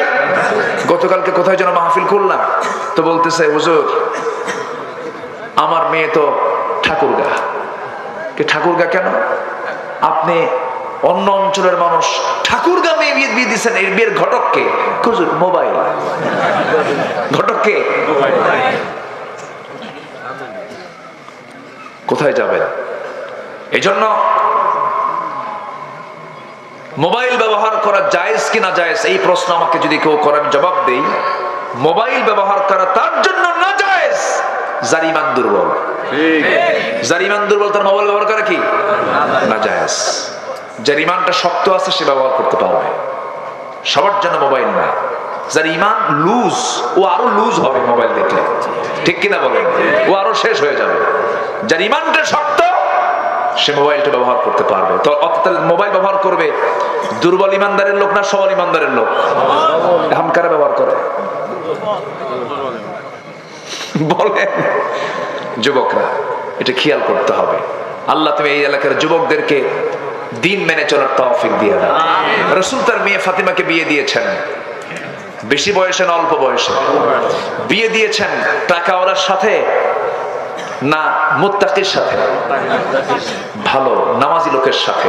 এখন মেয়ের বাপরা মেয়েকে বিয়ে দিতে নিয়ে কত যে প্ল্যান করে। আমার মেয়ে তো মেডিকেলে চান্স পাচ্ছে, কি আছে না? বলেন তো, এরকম আছে না? কেমন ছেলে দরকার আপনার? আমার ছেলেকে, আমার যে জামাই হবে অবশ্যই আমেরিকান সিটিজেন হলে ভালো হয়, মঙ্গল গ্রহে অফিস হলে আরো ভালো হয়। কি বুঝতেছেন? কি বুঝতেছেন? একটাবার বলে না যে আমি সেই ছেলে চাই যে 5 ওয়াক্ত নামাজের পাশাপাশি তাহাজ্জুদ পড়ে। সেই ছেলে চাই যে ছেলের মুখে রাসূলের সুন্নাহ, সুন্দর মুখের দাড়িটা তার চেহারায় শোভা পায়। এরকম ছেলে দেখতে চাই, এরকম ছেলে আমি চাই। আপনাকে ধনী জামাই আপনার মেয়েকে টাকা দিতে পারে, ফার্নিচার দিতে পারে, খাবার দিতে পারে, কিন্তু আপনার মেয়েকে সুখ দিতে পারবে না। এটা নিশ্চিত হলফ করে আমি বলবো। সুখ টাকায় নয়। ফাতিমার ঘরে ফার্নিচার ছিল না, কিন্তু মোহাব্বতটা, ঘরটা ছিল মোহাব্বত আর ভালোবাসা দিয়ে ভরা। আর আজকে ঘরগুলো ফার্নিচার দিয়ে ভরা, এসি রুম, কিন্তু ঘুম হয় না, সারা রাত কিলাকিলি। সারা রাত কি কিলাকিলি, মোহাব্বত নাই, স্বামী স্ত্রী দ্বন্দ্ব। কারণ ও একটার সঙ্গে ঘোরে আর ও আরেকটার সঙ্গে ঘোরে। কি কথা কি বুঝতেছেন? আর কি এটা ঘটক, এটা ঘটক। আজকে থেকে ঘটক নাম হলো, আজকে থেকে ঘটক নাম হলো। আজকে আমি মনে হয় এই কথাটাই প্রথম বললাম। জি সম্মানিত ভাইরা, আমরা সতর্ক হয়ে যাব। যুবকরা, তোমার চরিত্রকে নষ্ট করবা না, সাইয়েদনা ইউসুফের মতো চরিত্র আনবা। জোরে বলি ইনশাআল্লাহ। আজকে সমাজে ফিতনা কম না বেশি? মেয়েরা আজকে ভিতরে থাকে বেশি না বাইরে থাকে বেশি? বাইরে। এটা কিসের লক্ষণ? কি বলেন? এটা কি ভালো না খারাপ? খারাপ লক্ষণ। টায়ার বাইরে থাকবে, টিউব ভিতরে থাকবে। টিউবের কাজ হলো সে হাওয়াকে নিয়ন্ত্রণ করবে, কন্ট্রোল করবে। আর টায়ার বাইরের সমস্ত, মানে যত প্রেসার আসবে সব ওর গায়ে দিয়ে চলে যাবে। টিউব নরম, তার চামড়া নরম, সে ভিতরে থেকে বলবে টায়ার তুমি চলো, আমি তোমাকে হাওয়া দিয়ে যাচ্ছি। কিন্তু 6 মাস থাকতে থাকতে টিউব টায়ারকে বলিল, এ টিউব টায়ার, আমি ভিতরে থাকিতে ঘামিয়া যাইতেছি, বাহিরে যাইয়া আমিও থাকিব 6 মাস। কি কথা কি বুঝিতেছেন? কি ট্রাক কি যাবে? ট্রাক কি যাবে? ট্রাক কি চলবে? চলবে না। এই জন্য যার যেখানে পজিশন সেখানে থাকিতে হইবে। আল্লাহ তুমি মাদেরকে বোঝার তৌফিক দাও। জোরে বলি আল্লাহুম্মা আমিন। আরো জোরে আল্লাহুম্মা আমিন। আমার নবীজি মেয়েকে বিয়ে দিলেন।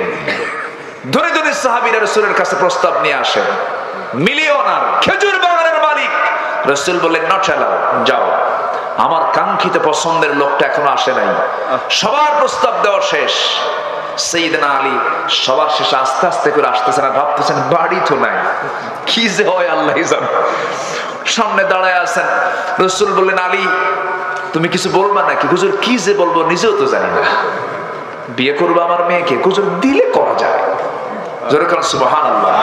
আচ্ছা বিয়ে যে করবা, টাকা পয়সা আছে কি তোমার? কিছু ঘর বাড়ি আছে? হুজুর টাকা পয়সা পাবেন কোথায়? ঘরও নাই, বাড়িও নাই, টাকাও নাই। তো বিয়ে করবার মহরণা লাগবে না?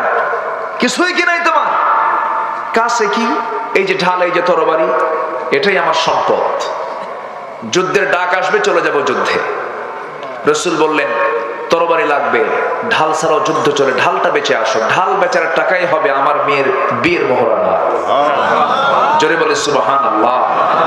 বিয়েতে কোনো গেট আছে? আতশবাজি আছে? কোন হো আছে? ডিজে আছে? কি কি কথা কি বোঝা যায়?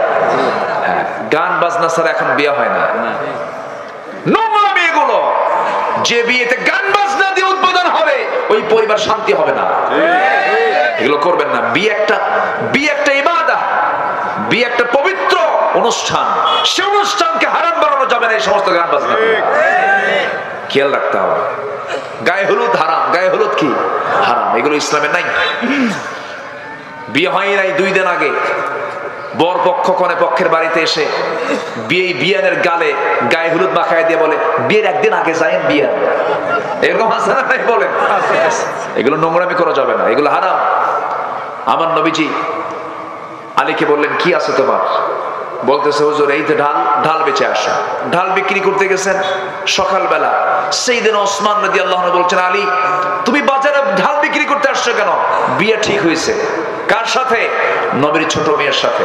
ঠিক আছে ঢাল দাও, আমি কিনবো, তোমার এই বরকতি জিনিস আমার কেনা দরকার। টাকা দিয়ে ঢাল কিনলেন, টাকা দিয়ে দিলেন। কিছু দূর যেতে না যেতে পিছন থেকে বলে আলী তুমি আমার তো হবু ভাইরা হয়ে যাচ্ছ, তুমিও জামাই আমিও জামাই একই ঘরের, তো দুজন তো ভাইরা হয়ে যাচ্ছি, কিছু উপহার তো দেওয়া দরকার। ঢালটা তোমাকে এমনি গিফট করলাম, যাও। ঢালটা নিয়ে চলে আসলেন। রাসূল বললেন আলী ঢাল মনে হয় বিক্রি হয়নি। হুজুর ঢাল বিক্রি হয়েছে তো, হাতে ঢাল কেন? হুজুর বিক্রি করার পরে উপহার পাইছি। কে তোমাকে উপহার দিল? আপনার বড় মেয়ে জামাই। রাসূল বললেন জায়গার পাও নাই বেচা, এমন লোকের কাছে গেছো যে আমার বড় জামাই। আচ্ছা ঠিক আছে, বিয়ে হয়ে গেল।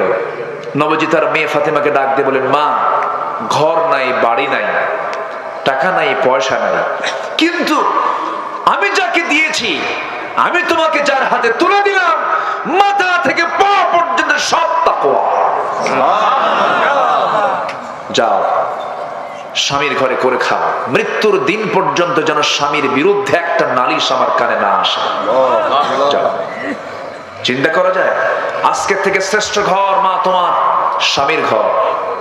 আমার ঘরে ছিল, এখন দায়িত্ব তোমার, সব তোমার স্বামীর। যাও স্বামীর ঘরে করে খাও, স্বামীর বিরুদ্ধে একটা নালিশ দিবা না। আর এখন মেয়ের বাপরা কি করে? মেয়েকে বিয়ে দিয়া বলে মা যা, কিছু হলেই ফোন দিবি, খাইয়া ফালাবো। এই আছে না? সুখ হবে না, সুখ হবে না। আমার মা, আপনি যখন স্বামীর ঘরে চলে যাবেন, আপনি যখন স্বামীর ঘরে, যখন বাবার ঘর থেকে আপনি ট্রান্সফার হয়ে স্বামীর ঘরে চলে এসেছেন, ভাববেন এটাই আমার জীবনের শেষ ঘর। এই ঘরের বাইরে আমার কোনো ঘর নাই, এই ঘর ছাড়া আমার কোনো গতি নাই। কারণ আপনি মা, আপনি সন্তানের মা হয়ে যাবেন। আপনার স্বামী, তাকে সম্মান করবেন। আপনার স্বামী যিনি, তিনিও আপনাকে অত্যন্ত সম্মান করবেন। হুন্না লিবাসুল লাকুম ওয়া আনতুম লিবাসুল লাহুন্না। সমস্ত মহব্বত দিয়ে পরিবারটাকে ঘিরায় রাখবেন, এটা আপনার শ্রেষ্ঠ বাড়ি হয়ে যাবে। কারণ স্বামী যদি সন্তুষ্ট হয়ে যায়, সেই মহিলার উপর আল্লাহ সন্তুষ্ট হয়ে যান। স্বামীর প্রতি যদি নারী, স্ত্রী সন্তুষ্ট হয়ে যায়, সেই স্বামীর প্রতি আল্লাহ সন্তুষ্ট হয়ে যান। জোরে বলুন সুবহানাল্লাহ। নবজি তার মেয়েকে বিয়ে দিলেন। মৃত্যুর দিন পর্যন্ত আমার নবীর কাছে এসে ফাতিমা কোনোদিন স্বামীর বিরুদ্ধে একটা কথা বলেন নাই। টাকা নাই, পয়সা নাই, মা খেয়ে থেকেছেন, কিন্তু একটা দিন নবীর কাছে এসে কিছু বলেন নাই। তবে একদিন এসে নবীর কাছে এসে বলছেন আব্বা আমি আপনার কাছে আজকে একটু কিছু চাইতে আসলাম। কি চাইবে মামা বলো? বাবা একা কাজ করতে করতে, আটা পিষতে পিষতে আমার হাতে দাগ পড়েছে, কূপের পানি তুলতে তুলতে আমার কোমরে দাগ পড়ে গেছে। এরপরে আমার ঘরের মেঝেটা হলো মাটির মেঝে, এই মাটির মেঝেতে ঝাড় দিতে দিতে আমার কাপড়গুলো ময়লা হয়ে যায়। দেখেন তো আমার জন্য একটা কাজের মানুষ দেওয়া যায় নাকি? আমার হাসান হোসেনকে নিয়ে সমস্ত কাজগুলো একা করতে আমি হিমশিম খেয়ে যাই। রাসূল বললেন ফাতিমা রে, তোমার বাবাকে কি দেখেছো কখনো? তোমার বাবা নিজের কাজগুলো অন্য কাউকে দিয়ে করায় না বাবা। আমি রাসূল নিজের কাজ নিজে করি, নিজের কাপড় নিজে ধুই, নিজের ঘর নিজে পরিচ্ছন্ন রাখি, নিজের কাজকে আমি কাউকে দিয়ে করাতে পছন্দ করি না। ও মা, এই দুনিয়ার সংক্ষিপ্ত সফরে কোনো কাজের মানুষের প্রয়োজন নাই, নিজের কাজ নিজে করো। একটা আমল শেখায় দিচ্ছে, সুবহানাল্লাহ, আলহামদুলিল্লাহ, আল্লাহু আকবার। 33 33 34 বার করে বলবে সকাল সন্ধ্যা সমস্ত কাজ আমার আল্লাহ তোমার জন্য সহজ করে দিবে। জোরে বলে সুবহানাল্লাহ। আল্লাহ তুমি মাদেরকে এই সমস্ত বিষয়গুলো আমল করার তৌফিক দিয়ে দাও। জোরে বলি আমিন।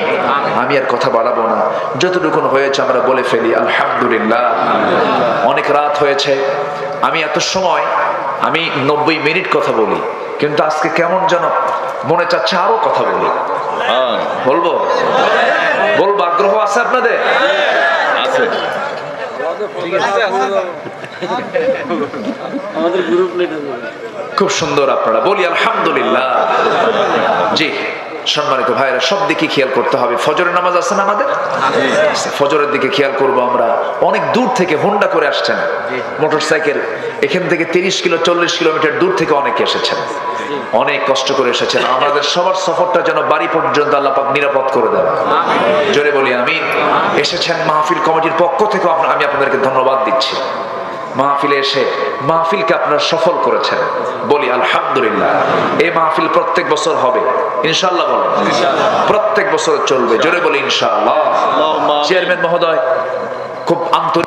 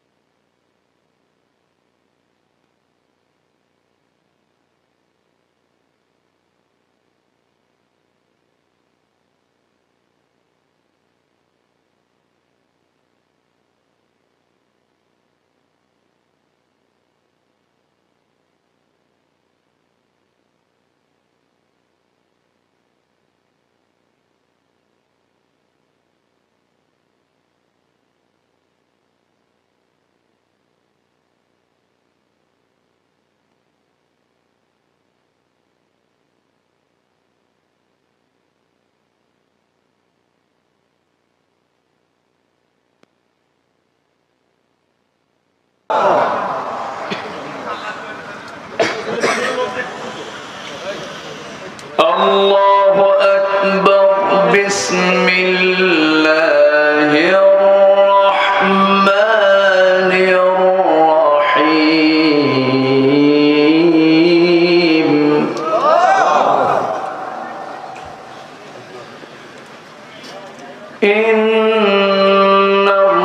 ইন্নাল্লাহা ওয়া মালাইকাতাহু ইউসাল্লুনা আলান নবী।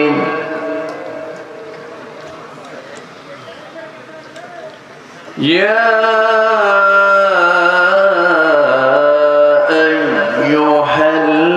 আইয়ুহাল্লাযীনা আমানু সাল্লু আলাইহি ওয়া সাল্লিমু তাসলিমা।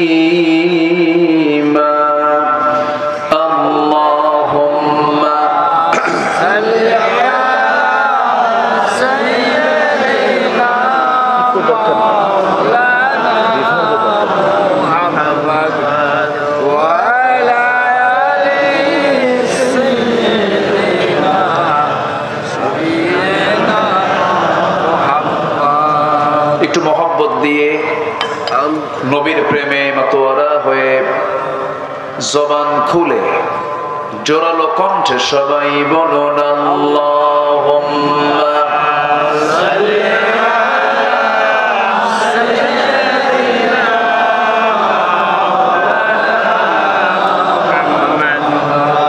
ওয়া আলা আলি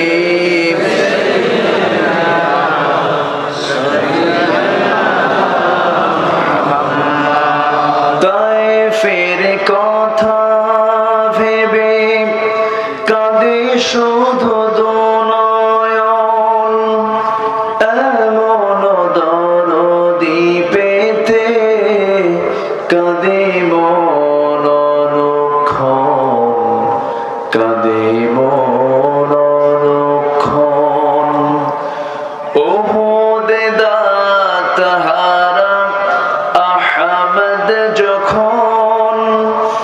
লৌহ মাখা কিয়ামতে উঠবে তখন, জিহাদ না করে কিভাবে দেখাবে তুমি চাঁদ চেহারা রূপে ওয়াতুল। আল্লাহুম্মা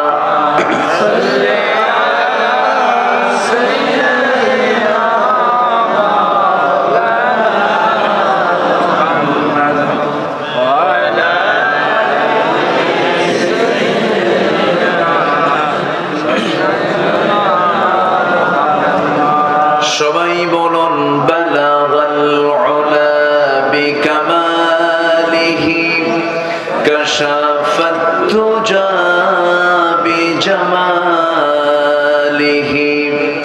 হাসনাত জামিউ খিসালিহি সাল্লু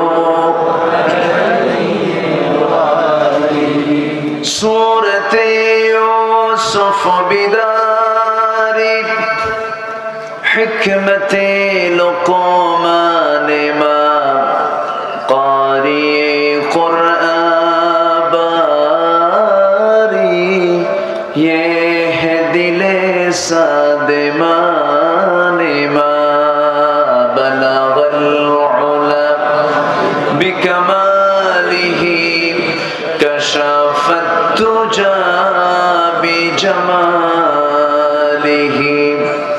حسنت جميع خصاله سلوا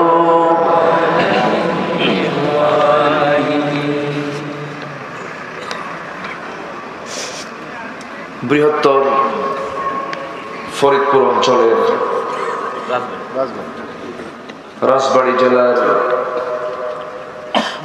বালিয়াকান্দি উপজেলার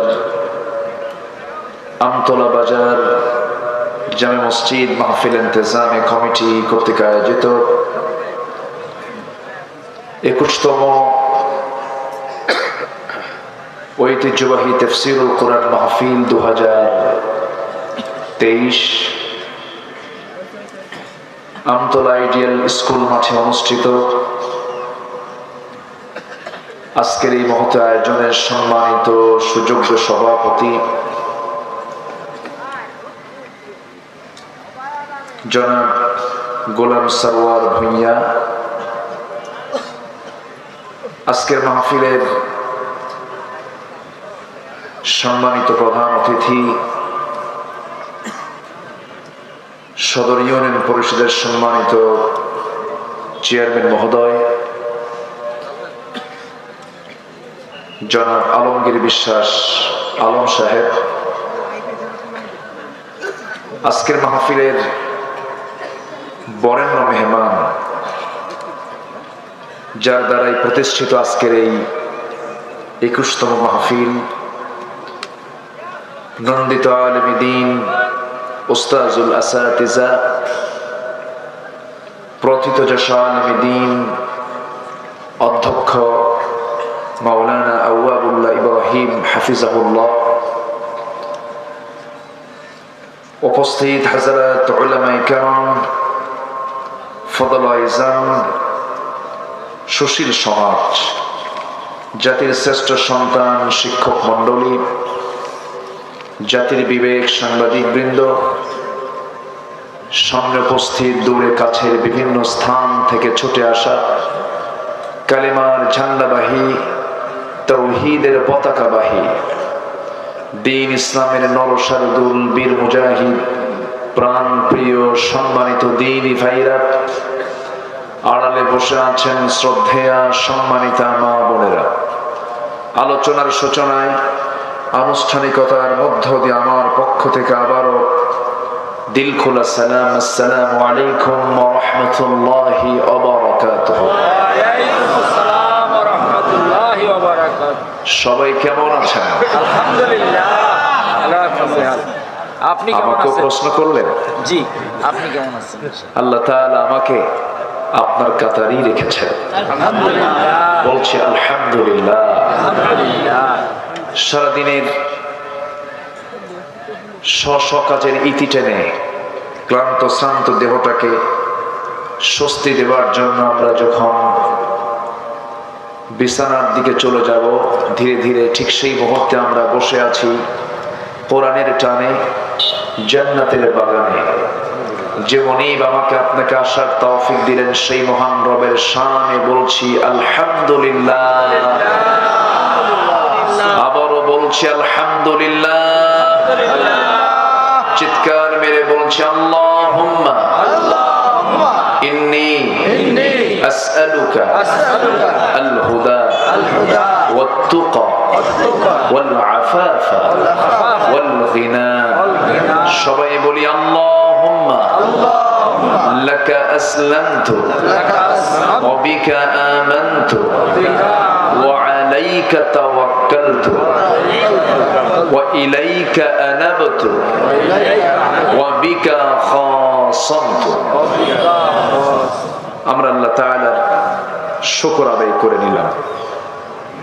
আমার মনে হয় রিফাত না রাখলেও হয়, ফ্রেশ, হ্যাঁ একদম যেন সাউন্ড যেন সবার। হ্যাঁ জি, সম্মানিত হাজিরিন, আমি আলোচনার সূচনায় সর্বকালের সর্বযুগের সর্বশ্রেষ্ঠ কিতাব মুকাম্মেলে নিজামে হায়াত, complete and balanced code of life, কোরআনে কারীমের গুরুত্বপূর্ণ একটি সূরা সূরাতুত তাওবা থেকে একটি আয়াতে কারীম আমি তেলাওয়াত করেছি। এই আয়াতকে সামনে রেখে আমি কিছু কথা বলতে চাচ্ছি। আল্লাহ তাআলা যেন আমাকে এবং আপনাকে আমল করার নিয়তে বলার এবং শোনার তৌফিক দান করেন। জোরে বলি আল্লাহুম্মা আমিন। সম্মানিত হাজিরিন, আমরা সেই কিতাবের আলোচনা শুনতে এসেছি যে কিতাব কখনো ধ্বংস হবে না। সৃষ্টি যার ধ্বংস আছে তার। এই বিশাল আকাশ, বিস্তৃত জমিন, সাবআতু আবহুর, 7 সমুদ্র, আকাশ, তারকারাজি, সবকিছু একদিন ধ্বংস হয়ে যাবে। কিন্তু ঠিক থেকে যাবেন কে বলুন তো? আল্লাহ। কে ঠিক থাকবেন? আল্লাহ। আল্লাহ ঠিক থাকবেন। সে আল্লাহ তাআলা যে কালাম দিয়েছেন এটাও ঠিক থেকে যাবে, কারণ কোরআন কোনো মাখলুক নয়। কোরআন হচ্ছে গায়রে মাখলুক, অর্থাৎ আল্লাহ তাআলার বাণী। জোরে বলি সুবহানাল্লাহ। এই বিশাল আকাশ একদিন ফেটে ফেটে যাবে।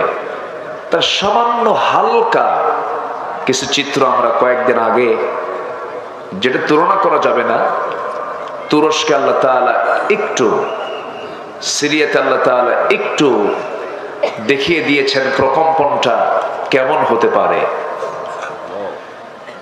একটা সূরা রাসূল যখন পড়তেন রাসূল কেঁদে ফেলতেন।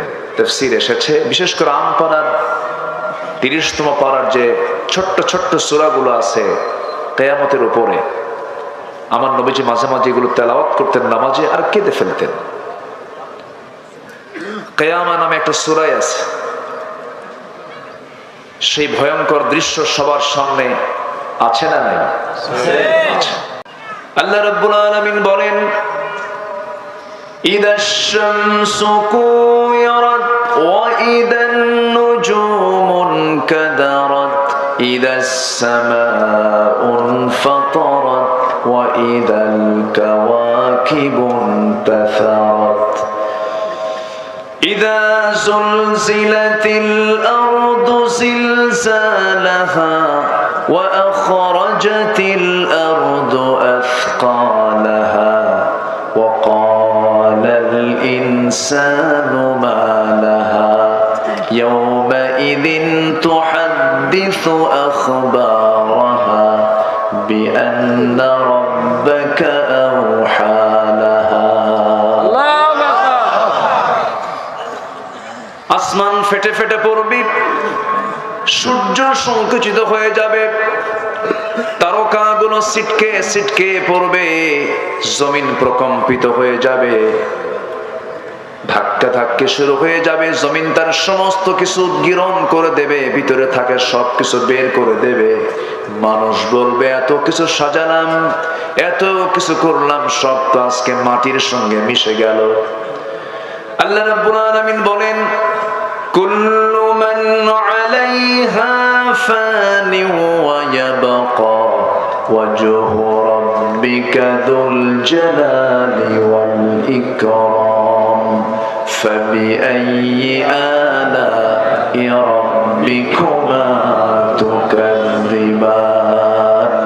আল্লাহু আকবার। দুনিয়ার সকল কিছু ফানা ফানা হয়ে যাবে, ডিস্ট্রয় হয়ে যাবে, টুকরো টুকরো হয়ে যাবে, কেবলমাত্র শুধুমাত্র যিনি ঠিক থেকে যাবেন তিনি আমার কে?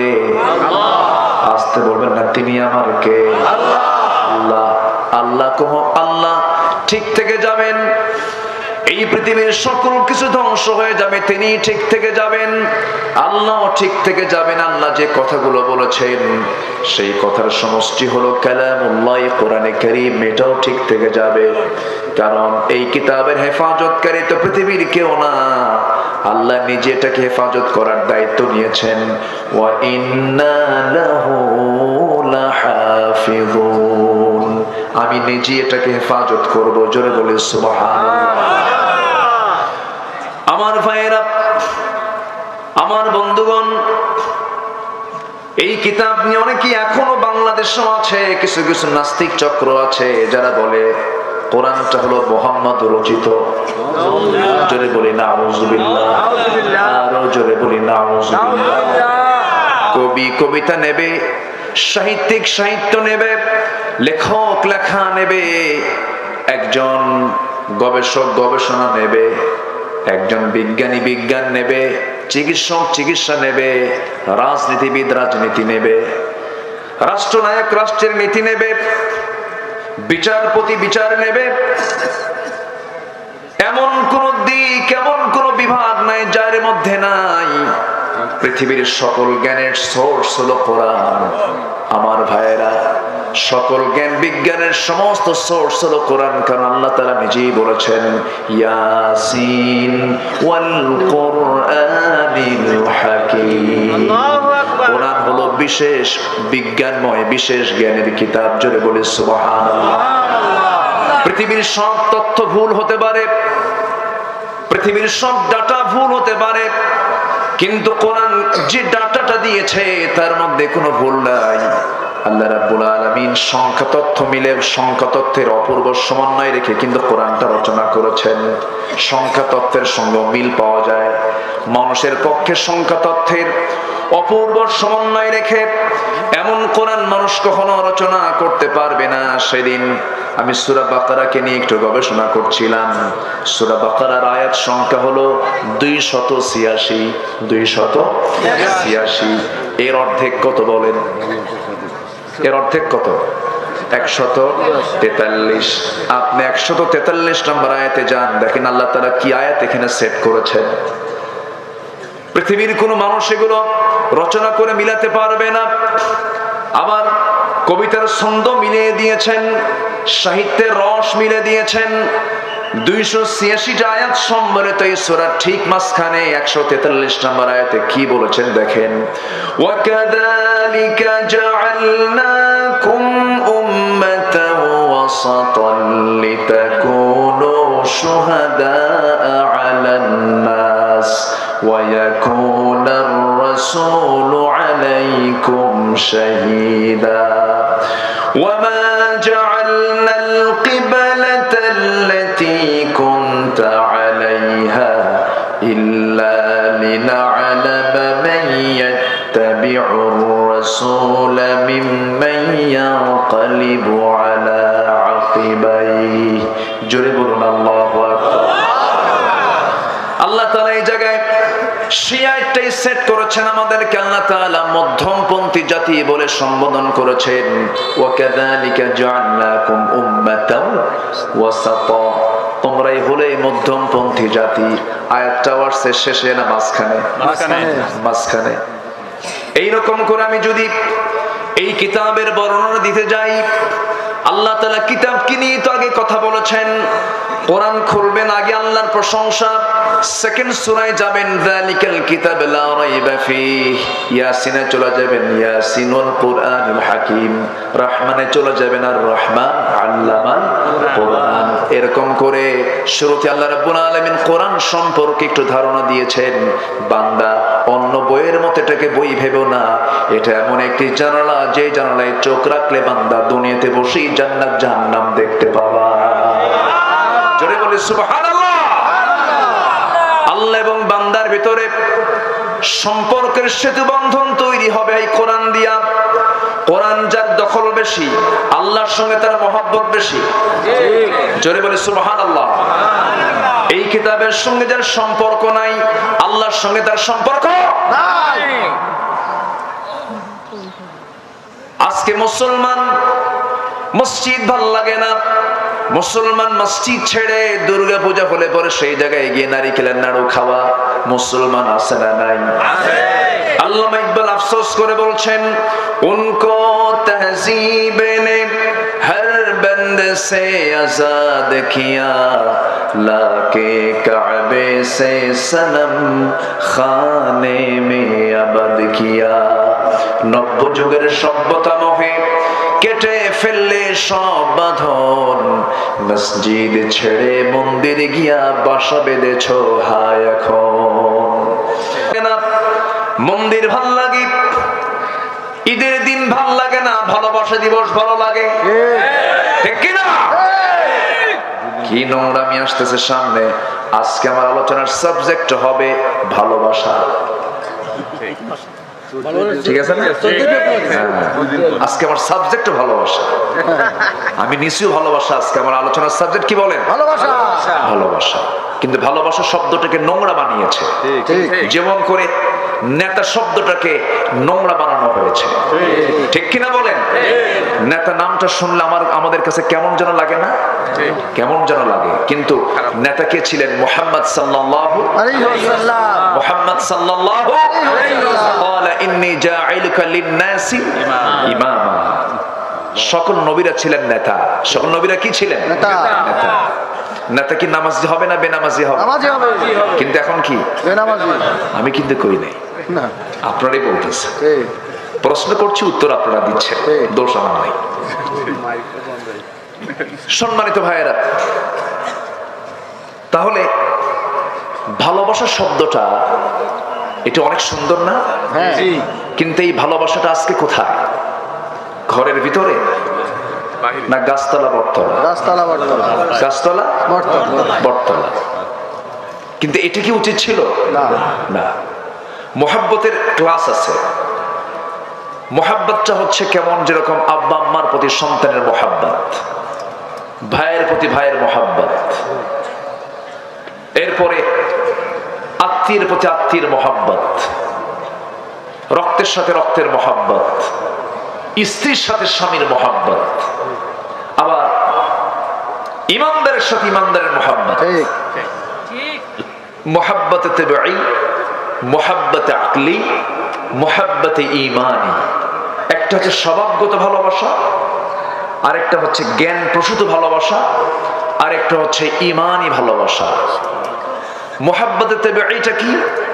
এই যে ধরুন বাপ মা ভাই বোন আত্মীয় স্বজন, এটা হচ্ছে মোহাব্বতে তাবিঈ।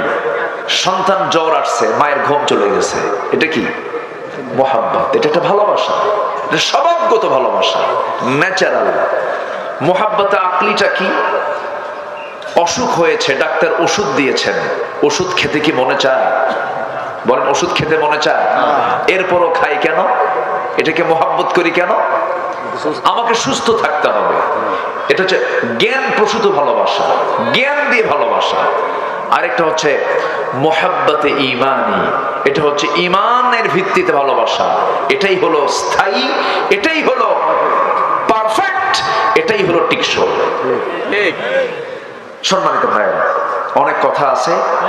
আমি কোন সূরা থেকে যেন কথা বলতে চেয়েছি বলুন তো? সূরা তাওবা থেকে। আমার কথা কি সবাই বুঝতেছেন? আমার আলোচনা, আমার আওয়াজ কি সবাই শুনতেছেন? বলি আলহামদুলিল্লাহ। আলহামদুলিল্লাহ। জোরে বলি আলহামদুলিল্লাহ। আমি যতক্ষণ আছি সবাইকে আমার সঙ্গে সময় দেবেন? থাকতে রাজি আছেন তো? আমি এসেছি রাজার বাড়িতে, আমি তো কোন ফকিরের বাড়ি আসিনি, তাই না?